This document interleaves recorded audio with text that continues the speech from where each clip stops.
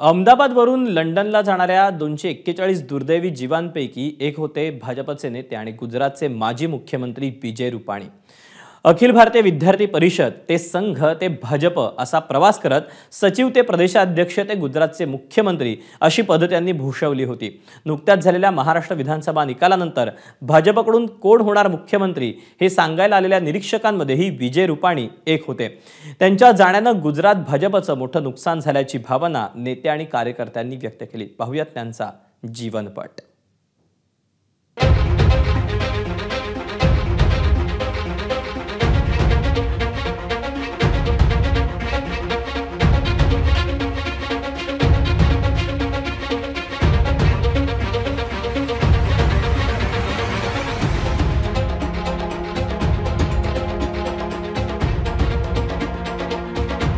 अहमदाबादहून London गॅटविकला जाणारं air इंडियाचं प्रवासी विमान उड्डाण केल्यानंतर काही मिनिटातच कोसळलं। 232 प्रवासी आणि 10 क्रू मेंबर सहित एकूण 242 प्रवासी विमानात होते। अपघाताची भीषणता पाहता यापैकी कुणीही वाचण्याची शक्यता चमत्कारापेक्षा कमी नसेल असं सांगितलं जातंय। याच विमानात या 242 पैकी एक होते भाजपचे नेते आणि गुजरातचे माजी मुख्यमंत्री विजय रूपाणी।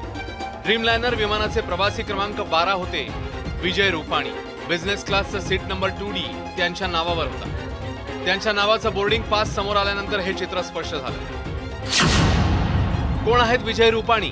थोडक्यात नजर मारू। माजी मुख्यमंत्री विजय रूपाणींचा जन्म 2 ऑगस्ट 1956 ला बर्माच्या रंगूनमध्ये म्हणजेच म्यानमारमधील यांगोन प्रांतात झाला।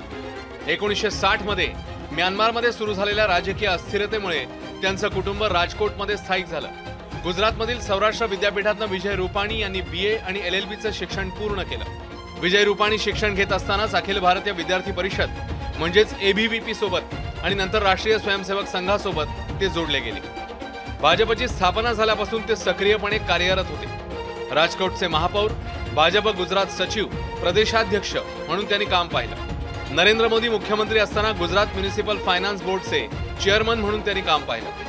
अमित शहांचे विश्वासू अशी त्यांची ओळख आहे। 2006 ते 12 या काळात ते राज्यसभा सदस्य होते। 2014 मध्ये राजकोट पश्चिम मतदारसंघातून आमदार आणि आनंदीबेन पटेल यांच्या सरकारमध्ये परिवहन मंत्री बनले। 2016 मध्ये नितीन पटेल यांना मागे टाकत रूपाणी गुजरातचे 16वे मुख्यमंत्री झाले। 2017 मध्ये त्यांच्या नेतृत्वात भाजपने गुजरात विधानसभा पुन्हा जिंकली। रूपाणी यांना मुख्यमंत्रीपदी कायम ठेवण्यात आलं। नुकत्याच महाराष्ट्रातील विधानसभा निकालानंतर भाजपचे निरीक्षक म्हणून ते आले होते। मुख्यमंत्री म्हणून देवेंद्र फडणवीस यांच्या नावाची घोषणा करणाऱ्या टीमचे सदस्य होते विजय रूपाणी।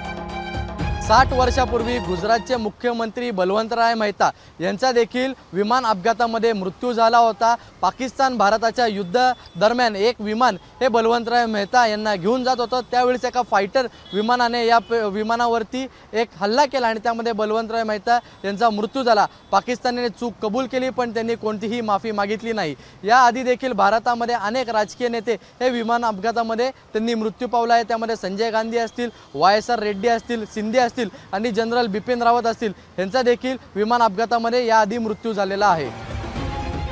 242 जीवांचा असा भीषण दुर्दैवी अपघात, त्यात विजय रूपाणींसारखा नेता अशा भीषण अपघातात सापडणं हा गुजरात भाजपसाठी मोठा धक्का असेल। ब्युरो रिपोर्ट, ABP माझा।